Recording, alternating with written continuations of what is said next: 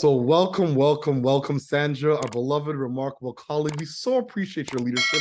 And as always at Setsi, we begin all things by acknowledging our creator, by acknowledging the original stewards of the various lands we're on. We acknowledge all our ancestors. We acknowledge all those who toiled without compassion or compensation. We acknowledge all our elders and community stalwarts whose shoulders we stand on as we build, share, and learn together for our collective liberation and sovereignty. So Sandra, can you please share a little bit about yourself and your remarkable work with our listeners and viewers? Oh, well, where to start? So first, maybe I can tell you that I'm in Hamilton. I'm a professor at McMaster University, and we're on the traditional territories of the Mississauga and Haudenosaunee. So I want to acknowledge that because, of course, it's a privilege to be able to benefit from the land. So what can I say about me? I'm by training a philosopher, which makes me a professor in the humanities faculty. So, and over the course of the last 5 years, I've, incrementally and increasingly been focusing my research activities and my engagement activities around questions that have to do with knowledge mobilization and talent building for impact outside of the university. So social science, humanities, and arts discipline are very different from the STEM discipline. And I think that we're all trying to figure out what's the best way to create the kind of impact that our communities need to be thriving by mobilizing the expertise, the knowledge, by training students who will go on to work in the social sector, in the public sector, in our schools, etc., and who will be able to understand what complexity is, what systems are. And I can say that, there's a lot to be done, but there's increasing interest to be done. So that's what my outfit, it's called the collaborative. That's the network that we're heading at McMaster is trying to do. And along the way, we have been engaged in working on a pilot for a new experiential learning model around innovation and social impact with the Future Skills Center. We launched the Canadian Forum for Social Innovation, of course, and more recently, so to jumpstart or to increase the impact of the forum, McMaster has launched the Social Innovation Ideas and Action Lab, which is a think tank based at McMaster that's trying to coordinate the research effort so that we can inform our policies and our practices and our decisions across all sectors, thinking about what is actually needed when it comes to research that bears on societies and humans. And yeah, so adopting the best practices of social innovation, so co-design, co-creation, very much a consensus-based kind of endeavor. That's remarkable and inspiring That's work. a lot, I know. Yeah, but it's important work because who's going to actually bring thought leaders and practitioners together in an academic setting to actually drive impact and social change? So once again, remarkable work, and I really appreciate your vision and your candor. Thank you. Yeah, so my next question is, what's inspiring you right now? What has you curious? What's lighting your fire? Oh my God. So the idea of being able to bring stakeholders together around the creation of a roadmap for the social innovation ecosystem in Canada, that's really the focus of what we're doing around the forum and around the Social Innovation Action Ideas and Action Lab at the moment. So we're the event at which this project will be culminating is the next iteration of the forum in Montreal on the 11th and 12th June 2024. And so we're right now very much dedicating all our working hours to trying to come up with a preliminary sort of a prototype of the vision for this roadmap and consultation with all the stakeholders, and so that we can make sure that at the forum, we can engage participants to understand what everyone can actually do and contribute, and what we can agree on when it comes to determining the strategies and the policies that we need to support, especially the universities playing a role in the social innovation ecosystem, because I think that practitioners in the social innovation ecosystem right now are doing amazing work. But universities are still trying to figure out how they can actually contribute to that impact. They're trying to understand how to support capacity building in social sector organizations and nonprofits, talent building for these organizations as well. But it's something that's difficult because since, after the Second World War, universities or the scientific enterprise in general, and that includes the social science and humanities, has seen it as very important to distance themselves from government and from industry to protect their integrity, their independence. And that is turning out right now to be a big impediment to creating impact. So we need to change practices and cultures around scholarship to be able to embrace, the third mission of university, which is to create impact in the community. I couldn't agree more. One of our colleagues, Mariana Mazzucato, speaks about the moonshots and just the fact that it took government, academic institutions, the private sector, everyone to rally around a mission and vision to accomplish things. So we need all sectors, especially around some of these pervasive challenges that we're facing, like climate change.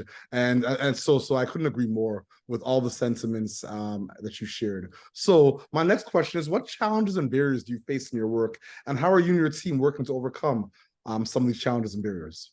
So I think that so when we're thinking about social innovation in general, and especially the contribution of universities to the effort, one of the challenges always the capacity to genuinely collaborate across stakeholders, across sectors, and be inclusive in the process. So I think that building these relationships that make it possible for everyone to be at the table who needs to be at the table, and to make sure that everyone has an equal voice at the table is probably one of the biggest barriers or hurdle. On the side of academia, the culture is such that there's a certain understanding of expertise that makes it hard to understand that in a process of co-design, everyone has a perspective and expertise to contribute, not just lived experience, but genuine knowledge. And that comes from the practitioners, and that comes from the users, but that also comes from researchers and from emerging researchers. But structuring this project and making everyone embrace the principles is perhaps one of the barriers. But I think there's also a lot of openness. It's not a problem with motivation or with the desire to really be able to engage meaningfully in an inclusive manner. It really is more a question of how to in a context where incentives and rewards for academic work are really not attuned to the needs of our communities and the kind of impact that we should be aiming for. I couldn't agree more. So that's a perfect segue to my next question in terms of the future of social innovation in Canada. Like right now, you're working on the Social Innovation Forum, you're working on the Social Innovation Action Lab, which is remarkable, and you're working on this roadmap for Canada. How do you feel about the future of social innovation in Canada? Are you optimistic? Are you pessimistic? Are you hopeful? I think that we have a very solid basis. There are immensely informed practitioners out there who have motivation and who are really, really doing the right things to establish the need for a concerted social innovation strategy and for the policies that come with it. And I think that, universities are also increasingly looking at ways in which they contribute. Governments, of course, too. it's a matter, I think it's, I mean, I want to be optimistic. I think there are ways to make sure that, for instance, the support that social innovation thinkers and social innovation enablers need from government is made available through channels that are a little bit more streamlined, maybe. So rethinking the way in which we think, the innovation part and the social innovation across government might require a little bit more consultation and a little bit more integration. But I think people are listening, and the right people are listening. So I'm very optimistic, and I think that the Canadian Forum for Social Innovation in June is going to be a great opportunity to actually, you know, make a plan. That's what we want. We want to be able to say, okay, on the basis of a consensus, what are the things on which we agree? And what are the things, what are the actions on which we agree? And I think that there's definitely, what I'm seeing talking to the stakeholders, which are many and which are from across the sector, is that everyone sees the need to be doing this. Then the question is going to be, do we put our money where our mouths are, right? Indeed, I agree. So my second last question, what is your ultimate goal, and what does success look like and feel like to you and your colleagues? For me, success looks like, my moonshot, if you want, is every single university in Canada understands what kind of contribution social science, humanities, and arts can make to the social innovation ecosystem. And they have the programs to support it, and they have the money to support it. So government understands how to fund that enterprise.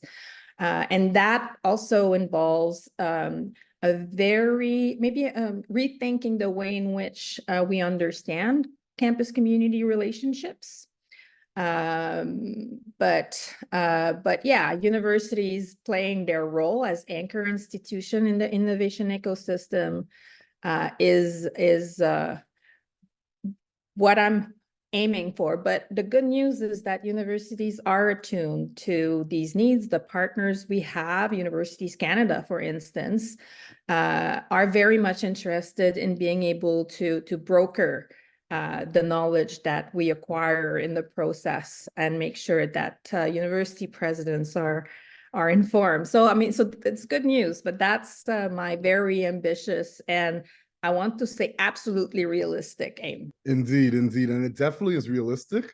And I believe where there's a will, there's a way. So I appreciate that. So my last question, do you have any closing thoughts or calls to action for our listeners and viewers? I would say specifically to my colleagues in universities, my colleagues in social science, humanities, and arts, but beyond, because there is not really any borders to who needs to be involved to you know, to really foster the kind of society that we want and address the issues. I would say, let's be open to changing our practices and think about the impact we have in the communities as maybe one of our primary aims as academics. It will require an adjustment, but there's no sense in universities' existence and in social science, humanities, and arts existence if all the wealth of knowledge that we have is not channeled to create the kind of communities that we want. Ashe, I couldn't agree more. Thank you so much for your remarkable leadership, your candor, and all that you shared, all the wisdom that you shared, and that remarkable call to action, which is so important in these days and times. And as always at Setsi, we close the way we began by acknowledging our creator, by acknowledging the original stewards of the various lands we're on. We acknowledge all our ancestors. We acknowledge all those who toiled without compassion or compensation. We acknowledge all our elders and community stalwarts whose shoulders we stand on as we build, share, and learn together for our collective liberation and sovereignty. Thank you so much, Sandra, for everything that you do for so many. Thank you so much, Victor, for your invitation and for all the work that you do in bringing the thinkers together. It's very much needed and appreciated. Okay.